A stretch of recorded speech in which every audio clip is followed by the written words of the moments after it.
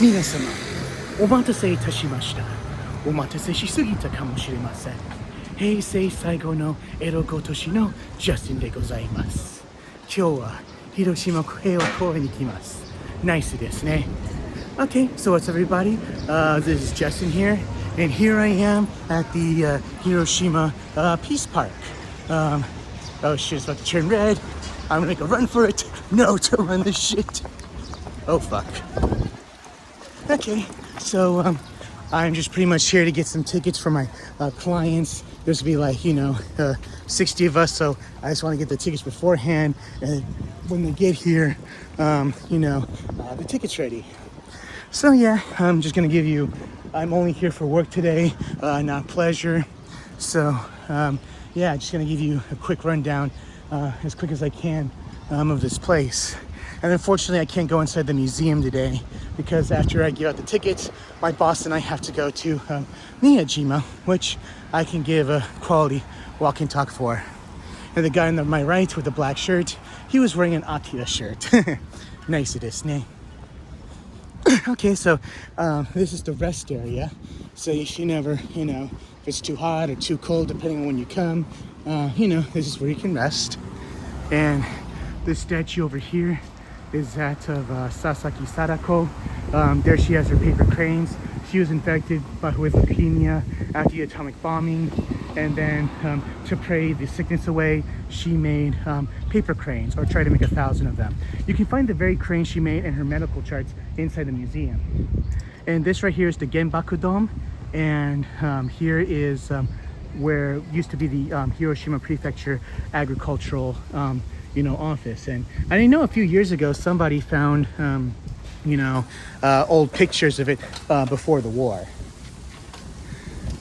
Okay, so okay, so I'm gonna go walk through this way, show you some other parts. Yeah, it's like Shugaku Ryokotai, meaning class trip. So usually people from outside of, let's say, Hiroshima, or let's say usually if you don't live in Kyoto, Kyoto's a popular place to, go for a school trip for junior high and high school students. And maybe for some people who aren't from, let's say, maybe Kyoto, like, they can't do their trip to Kyoto. Where else they to go? Maybe Tokyo or maybe Hiroshima. So it's possible like some, Kansai kids might be coming here for their trip. Here's the flame. There's the rising sun flag. And that's the area is another place where you can, a prayer hall. That's where speeches tend to be made, like by visiting heads of state and whatnot. And right there, that corridor is part of the museum. And to the right there, I'm not sure if it's still true today, that used to be the, I think, the library, but I think it's a cafe now. Not sure if it still has a library. It's changed a lot, the last few years. And this right here is the Hiroshima Peace Park museum entrance in this direction. And if you go past down that way and to the right, there's a really nice water fountain. Okay, so I got some business to take care of, and just want to give you an idea of what the Peace Park is, right? And is like. And then next week, look forward to Miyajima. Okay, since I still have some time to kill, I think I should show you some of the most important parts of the Peace Park. So once again, there's the rest place, there's the prayer area, and the statue of Sasaki Sadako over there does have a bell. And here I can give you a better view of the Genbaku Dome, and which was formerly the prefectural office. Yeah, it's like every time I come here, I gotta come here, not just because, I'm like an American that, feels the sins, but, it's just like, hey, it's just a reminder of how far we've come, these past almost 90 years. I mean, we're now here, our country, my country, the US, Canada, the UK, and the Allies, we fought against the Japanese, and, I wouldn't say it had to come down to this, but this is what happened. And then after all this happened, we've come this far in rebuilding these relationships, and, I just think about the hard work it put into rebuilding such things. So yeah, here's a closer look of the statue of Sasaki Sadako. I first read about her story in 4th grade. And it has a message right here saying, "Kore wa bokura no sakebi desu." This is our cry. "Kore wa watashi tachi no inori desu." This is our prayer. "Sekai heiwa o kizuku tame," for world peace. Yeah, I don't want to disturb these students. And here we have all kinds of paper cranes. So her story kind of relates to how when she was sick with leukemia in the 50s, she felt that by making 1,000 paper cranes, it would pray her, sickness away. And she made paper cranes. And since then, it's sort of become a tradition that other schools or people from around the world make these paper cranes to, honor her memory. 本日はこちらのブースにおいて Okay, so, feel free to take a look, I guess.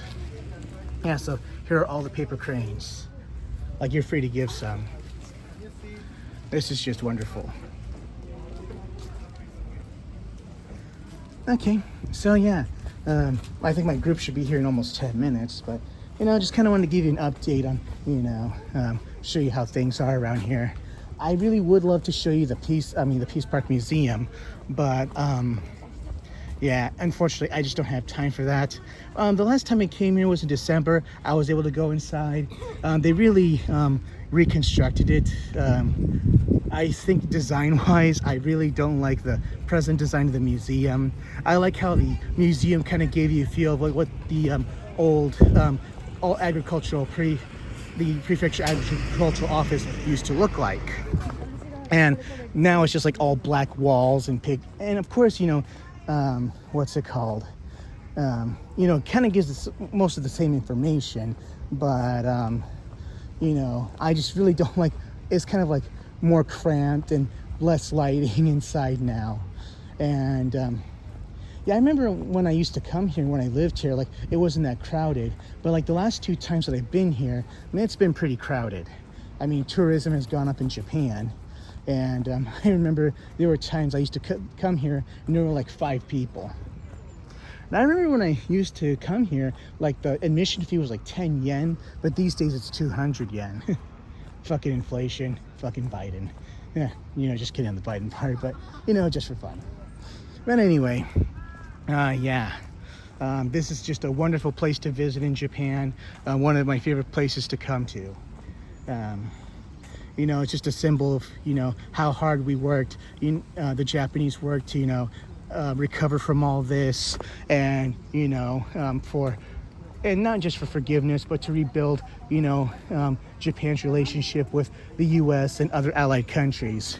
And, it kind of makes me feel proud that, hey, the Japanese were able, the people of Hiroshima specifically, were able to recover from such a tragedy and, build it into something as wonderful as this. And even though it took, the lives of some people, I'm not trying to really say justify anything. It's just like, hey, this really, really shitty thing happened. War is really shitty. And now we're kind of, the people who were victimized, they took the time to really, rebuild this wonderful city to what it is now. I mean, you saw my last couple videos, you saw, hey, it's a really nice city. It was beyond devastated. But, they didn't bitch. They got together and rebuilt the city to something wonderful. And it's like, much nicer than a lot of nice big American cities, most particularly San Francisco, Detroit. But, yeah, I mean, if the Japanese could do something like this, why can't the rest of the fucking world?